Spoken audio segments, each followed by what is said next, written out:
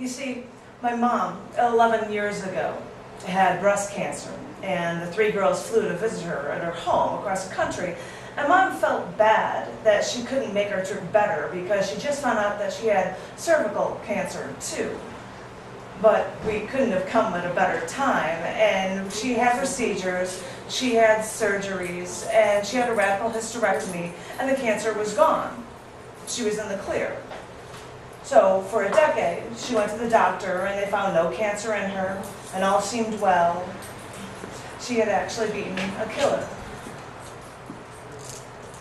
When I was almost killed in a car accident, I had a head trauma, no fractured bones except for the skull. And they never told me, just my family, but not me, the patient, that I expected to have a seizure within 6 months of my accident. I had a grand mal seizure 7 months after I was almost killed. No one explained to me what was happening, and I had to figure it out as I went along.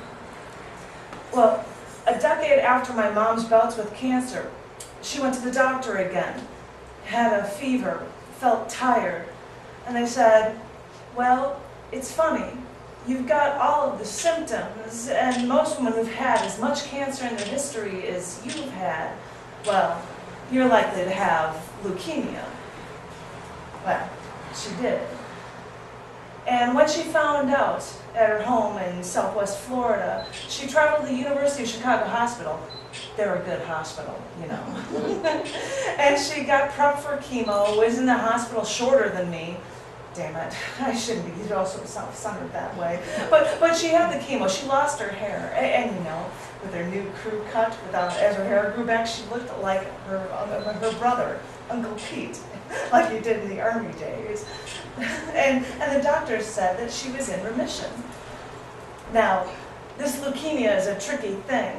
Cancer of the blood versus cancer of an organ. It's easier if you could just remove an organ and leave it at that. But this cancer was in her blood, and the cancer crept into her bone marrow. And they had to periodically drill into her hip bone for a bone marrow biopsy to see if there was any cancer in her bone marrow. Fun job, drilling into her hip bone.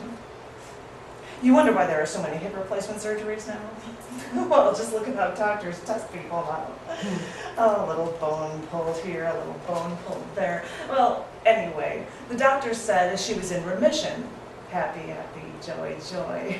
But because this cancer of the blood thing is tricky, they're going to give her another round of chemo just to be on the safe side. Because, you know, if people don't go through this extra round of chemo, the leukemia is more likely to come back.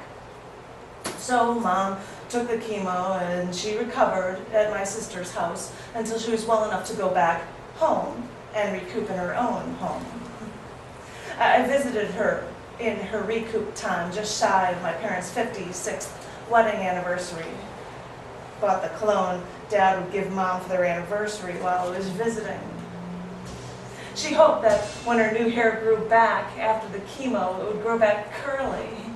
And it was. And she was so used to having a hairdresser actually style her hair into like a beehive that she'd have to sleep on her nose to keep her hair style in place until she went to her hairdresser again. So with her new hair, it was actually curling now. She bought curling hair gel. She wore a little white hat. Oh, we always thought we always looked so cute in hats. And she curled the little ends of her new short hair under her little cap. She looked so cute.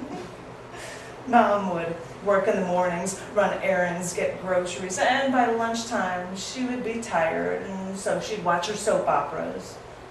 But who can blame her? She's still recovering from all that chemo that she went through. All the neighbors said, it's amazing how well she's doing after all she's gone through. And they were right. A month after I left from visiting, Mom started feeling tired, feverish. So Dad took her to the doctor and they said, silly us, she wasn't in remission.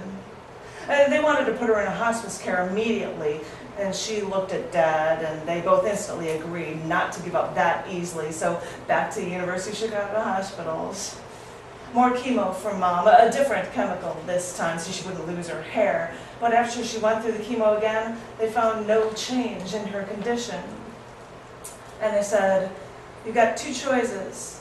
Because you're immune to the chemo now, you can go for experimental treatments, or you can just decide to stop treatments.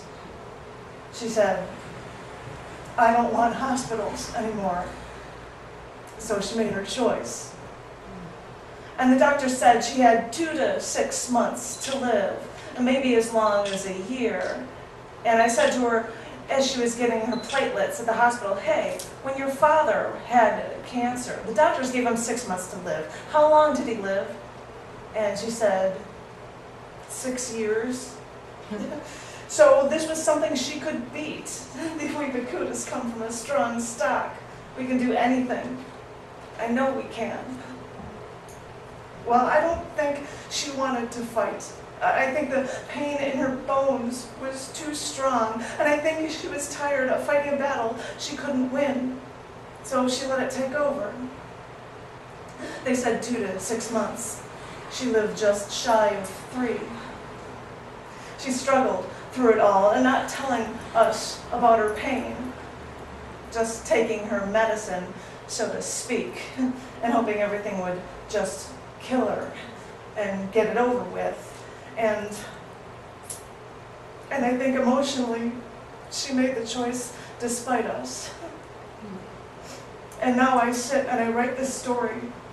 And my father is sleeping in front of the TV in the lounge chair next to me. He says it's more comfortable to sleep there and actually fall asleep. And I'm listening to his breathing while he sleeps.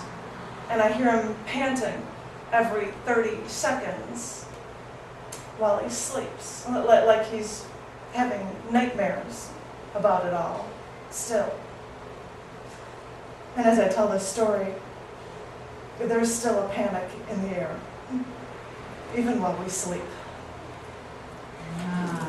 Wow.